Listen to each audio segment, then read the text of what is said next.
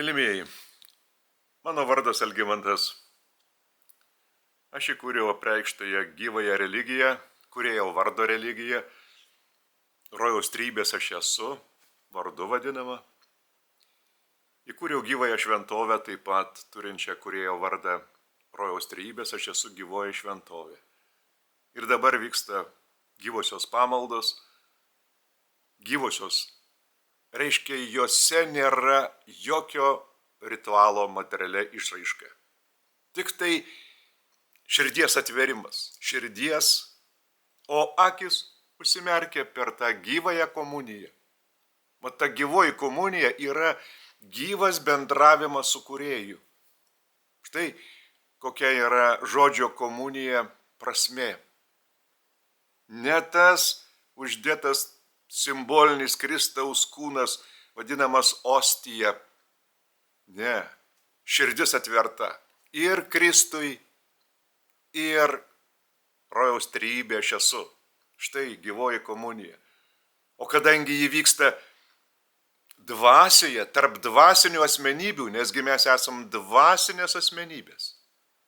Kūrėjas yra dvasios šaltinis ir centras, pats neturintis formos, išorinės, ką mes, pavyzdžiui, turime žmogišką į pavidalą. Ką turėsime po prisikėlimo sielos tapatybės aukštesnių energinių dažnių pavidalą, besikeičiančiomis formomis, priklausomai nuo mūsų dvasinio turinio. Ką mes jausime būseną, vis didesnę kūrėjo meilę savyje ir pasireiškimą išorėje, visumo šviesos labui. Ir kuo mes giliau patirsime kūrėją, kuo jį labiau suvoksime, platesnė, gilesnė samprata, kuo geriau pažinsime kūrinyje, tiek tą pasaulį, kuriame mes būsime, tiek visatą, iš pradžių vietinę visatą, bet iš pradžių dar teks susipažinti su vietinė sistema, žvaigždynu, vietinė visata, mūsų gimtaja, Kristaus ir jo partnerės Nebadonijos sukurta, vėliau kilsime į supervisatos lygį ir taip toliau, kol pasieksime įgyvendintą mums padovanotą kūrėjo likimą. Jo gyvenamąją buveinę, rojų, kuris yra visos kūrinijos centre. O dabar aš studijuoju įvairius šaltinius. Ir mano šios savaitės studijos užėmė štai šitoji knyga. Pirmasis Lietuvos statutas. Tai yra Lietuvos statuto Slucko nuorašas.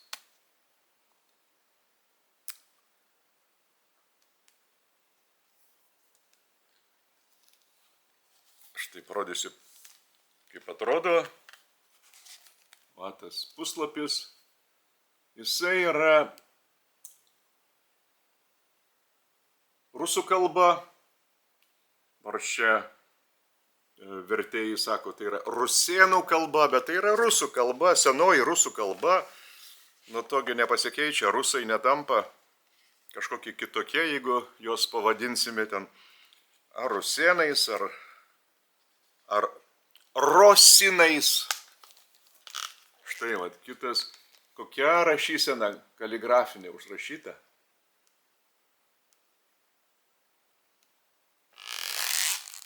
Kas yra tas statutas? Lietuviai ypač, kada prasidėjo sąjūdžio laikais susidomėjimas politika, kada pradėta kreipdėmėsi į konstituciją, tada atsirado ieškojimai ir istoriniuose archyvuose. Tai kas ten buvo Lietuvos pirmasis statutas? Ir surado, kad tai yra Žygimanto, karaliaus Žygimanto, didžiojo kunigaikščio Žygimanto užrašyta ir tos nuostatos, kuriomis turi vadovautis visa valstybė. Tiek esantis vaivados, seniūnai, teismo tarėjai, teisėjai, žodžiu, patys gyventojai, jie turi vadovautis ir taikant tas nuostatas į šito statuto. Turėtų būti pažeidę tokias nuostatas, baudžiami atitinkamai, kaip reikia žvelgti į valdovą, kas jis toks, kokie nusikaltimai, kurie baudžiami mirtimi.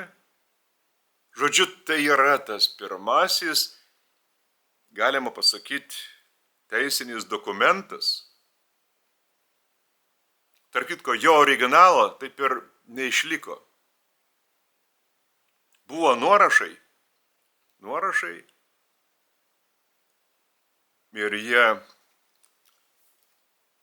tie nuorašai jau buvo toliau vystomi, tobulinami. Pats statutas buvo pasirašytas 1529 metų rugsėjo 29 dieną. Jis pradėjo galioti. O paskui buvo antrasis statutas, buvo trečiasis 1588 metais, reiškia 60 metų jis buvo tobulinamas, sakykime, gerinamas.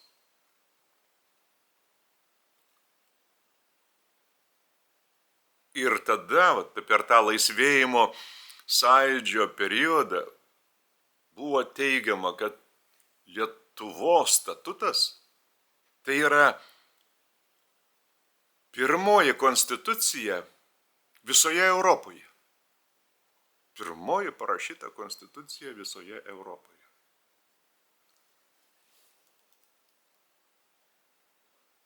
Kodėl dabar staiga taip vėlai atsirado tos konstitucijos kituose kraštuose Europoje? Nejaugi iš tikrųjų Lietuva tokia buvo ryški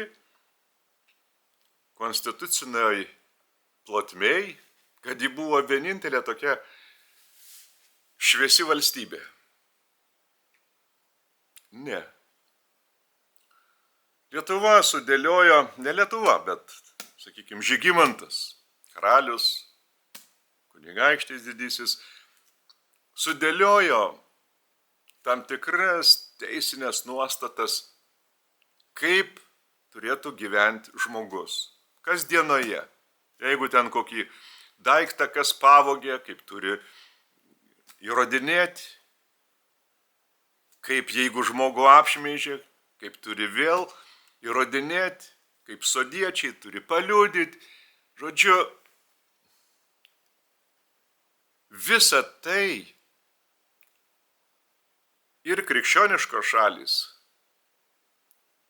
ir musulmoniškos valstybės jau turėjo daug šimtmečių. Bet jiems nereikėjo tos konstitucijos kaip tokios. Štai, Biblija. Žydams Mozės penkiaknygė, tai yra Senasis testamentas. Ir dar daugybė ten iki 20 su viršum knygų Talmudas. Tai yra konstitucija jiems. Nes būtent apie tos pačius dalykus kalba ir Mozės penkiaknygė. Tai yra tos nuostatos, kurias ant Sinajaus kalno Mozei perteikė Jahvė, Dievas. Ir kaip gyventi toms žydų bendruomenėms, gentims, judėjams, kaip gyventi toje aplinkoje, kai aplinkui yra priešiškos gentis, jiemsgi dar reikia keliauti iš faraono vergovės į pažadėtąją žemę. 40 metų tyruose kelionės. Kaip reikia elgtis? Kaip reikia garbinti kūrėją? Kaip reikia melstis? Ko prašyti? Kaip prašyti? Viskas yra parašyta. Kokios bausmės? Ką daro kiekvienas atitinkamas statusas toje žydų bendruomenėje. Kiekvieno statusas yra apibūdintas. Ir jie gyveno tais teiginiais. Didelė dalimi jie ir šiandien laikosi, nors jau yra atmiešti tie teiginiai. Bet daug žydų, kurie yra ortodoksai, tie, konservatoriai, jie laikosi tos penkiaknygės. Ne visi žydai, pavyzdžiui, pritarė Talmudui, nes tai jau kitų pranašų knygos. Tai papildo Mozės penkiaknygę. Bet jie jau šito, nebelabai nori laikytis ir vadovautis tais dalykais. Bet tai yra tas dokumentas, kaip pamatas. Štai toji konstitucija žydams, judėjams. O vėliau ir kitom krikščioniškoms valstybėms. Biblija ir dabar žmonėms yra tikintiesiems labai svarbus šaltinis. Musulmonams, taip čia yra Koranas. Viskas surašyta, ką reikia daryti kasdieninėme gyvenime. Net vedybos, skyrybos, turto dalinimas, vaikų auginimas. Viskas yra pateikta, sureguliuota. Kokios bausmės už kažką pažeidus Korano nuostatas, Allaho nuostatas, ne šiaip savo žmonių priimtas balsų dauguma. O jeigu ten kvailiai sėdi ir balsuoja, priima, tai išmintingi žmonės turi tų kvailių priimtų nuostatų laikytis ir jomis vadovautis? Ne. Juk Mohamedas ne veltui buvo, kaip musulmonai jau sako, didžiausias pranašas.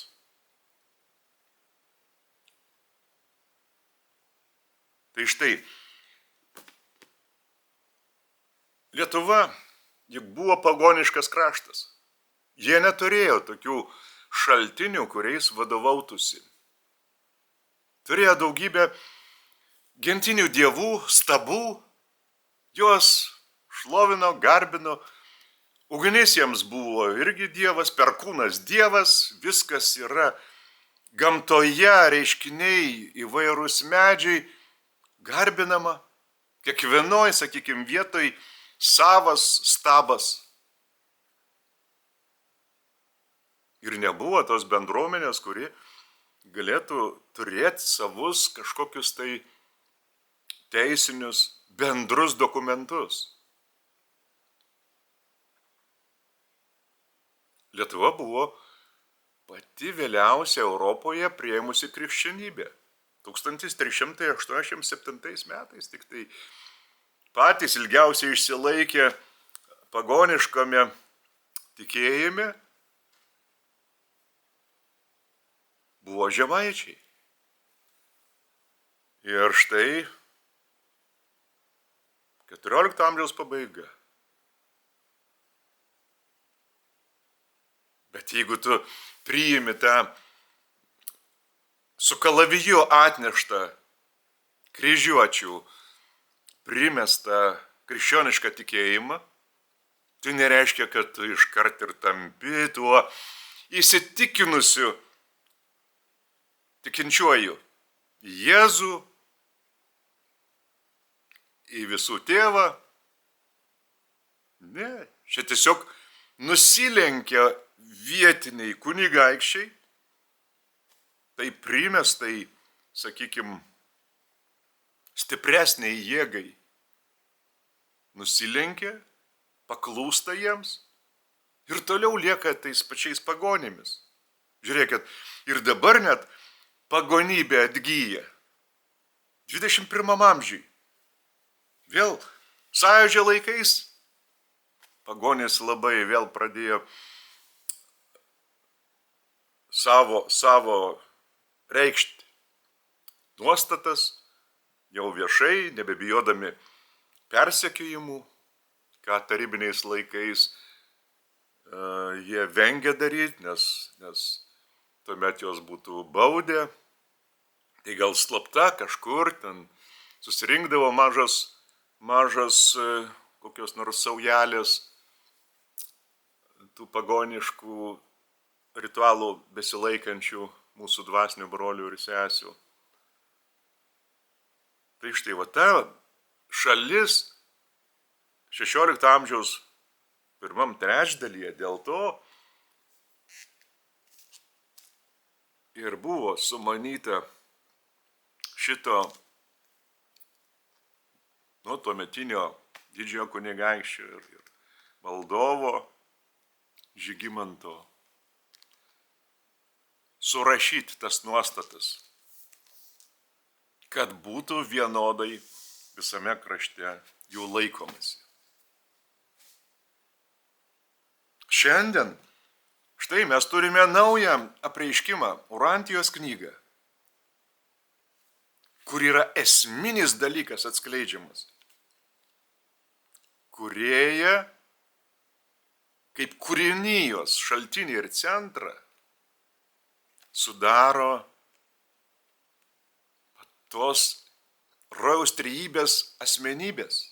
O mes jau dabar žinome išplėstą sampratą ir visuminė dievybė kaip ketvirtoji, esančios 4 egzistencialios be pradžios asmenybės absoliučioje dvasinėje vienovėje, neturinčios jokios išorinės formos, jokio kūno.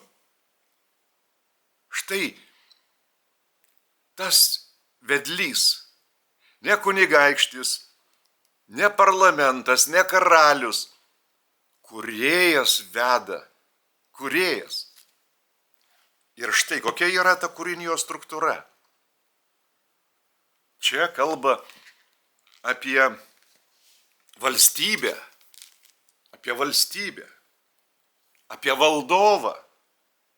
Čia kalba apie Alachą, kaip visagalį. Vieną Alachą, kuriam nereikia kitų vaikų, kad jie dar jam padėtų. Nes jis pats gali viską padaryti, ko jam reikia.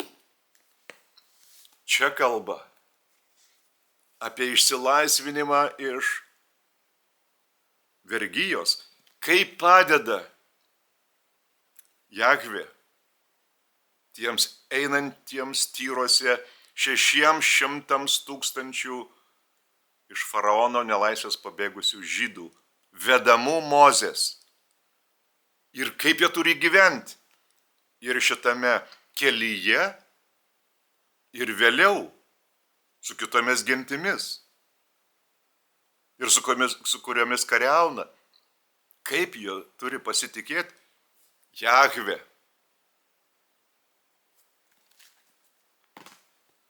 Štai.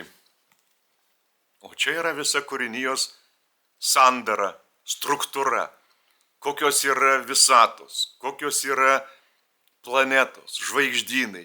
Kaip jie sukūrėmi iš kūrėjo energijos. Tai yra atskleidžiamas toks milžiniškas kūrinijos vaizdas. Tokia milžiniška kosminė erdvė. Ir joje nėra tik vienintelis sūnus. Yra miriadai vaikų, kurie turi savo atitinkamą veiklą, kad šviesintų kūrinyje, kad įsisavintų kūrėjo teikiamą energiją, kad evoliucinis kūrėjo planas, sumanytas visai kūrinyjei, visiems kūrėjo vaikams, būtų įgyvendintas kiekviename pasaulyje. O juk tų pasaulių vien su žmonėmis yra 7 trilijonai. O dar kur yra vietinėse sistemose. Po prisikėlimo pradžia sielos tapatybė, žvaigždynė, tęsiami universitetai įvairiuose pasauliuose. Taip pat sielos tapatybė. Iki pasiekiama vietinės visatos sostinė.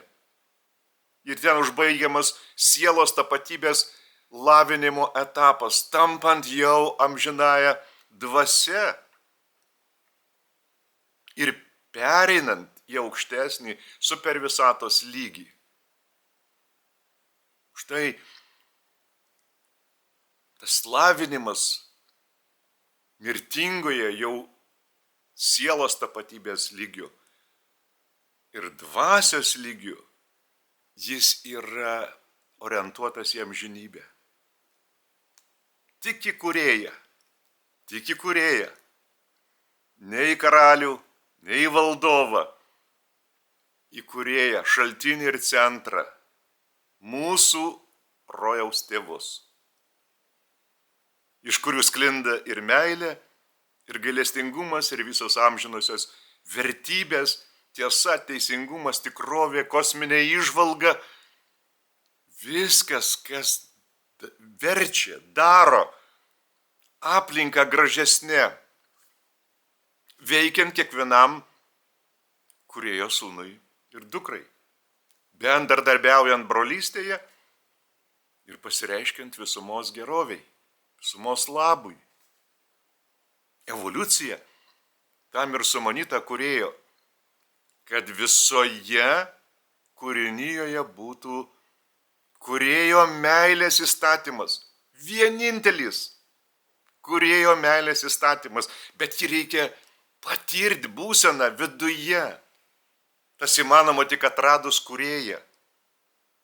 Tik tada prasideda tas brolystės pamatų bendradarbiavimas visumos geroviai. Bet iki tol, ypač mūsų aplinkoje, toliausia nuo rojaus, kūrinijos pačiuose pakraščiuose, esančiuose pasauliuose, mums pradinis lygis yra labai suvaržytas tiek regos požiūriu, tiek jutiminių impulsų požiūriu. Mes turim 5 tik tai pojūčius – uoslę, lytėjimą, regą, klausą ir skonį. Po prisikėlimo iškart padidėja sielos tapatybės lygiu, atsiranda jau 49 pojūčiai. Įsivaizduokit, rojuje jau 240. Kokie yra vystomi mūsų pojūčiai, kurie panaudojami visos kūrinijos šviesos labui, įgyvendinant kūrėjo evoliucinį planą. Visumo šviesos labui. Ne veltui tokie pojūčiai yra sumanyti, kad visas kelias patyrimo siekiant atsidavus kūrėjo vedimą iš vidaus, įnešti savo asmeninį indėlį. Kad stovėtum betarpiškoje rojaus tėvų akivaizdoje rojuje, kur yra akinanti šviesa rojuje. Štai ten, per visus patyrimus, vis plečiant palaipsniui įžvalgą ir tuos pojūčius, ir pasieki tokį laipsnį, kad atsiranda 240 tų pojūčių, apie kuriuos mes dabar nieko negalim net ne tik tai fantazuoti, suvokti, bet mes neturim net ir tokių sampratų, kurios būtų į ką nors panašios, kad galėtume įsivaizduoti, palyginti. Nėra tokių sampratų. Reikia būti kantriems, laukti ir žengti, kaip veda kūrėjas iš vidaus, kiekvieną, ženk drąsiai, ryžtingai, be baimės, jaučiant Kūrėjo gyvąją komuniją savo širdies atvėrimu jam ir tuo pačiu gyvent gyvenimą pašvęstą Kūrėjui. Pašvęstą Kūrėjui. Tai yra tokia palaima, kuri pranoksta bet kokius įstatymus žmogaus sumanytus. Kūrėjo meilė yra nepralenkiama, o jo amžinosios vertybės, kurios yra puoselėjimos atradus Kūrėją savyje.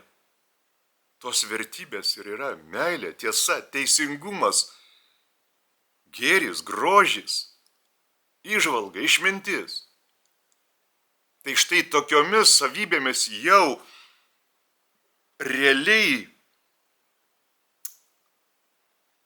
veikianti žmogaus charakteris, laisva valia, jisai nieko nebepažeidinės, be jokių įstatymų. Jis turi savo valią sulietą su Kūrėjo valia. Ir jam nereikia jokių įstatymų. Kūrėjas diktuoja meilės galia kiekvienam šviesą, kuri turi būti tame pasaulyje, tą akimirką, toje pasaulio erdvėje, per tą konkretų Kūrėjo sūnų ar dukrą.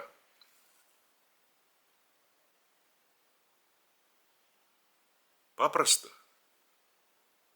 Teoriškai taip.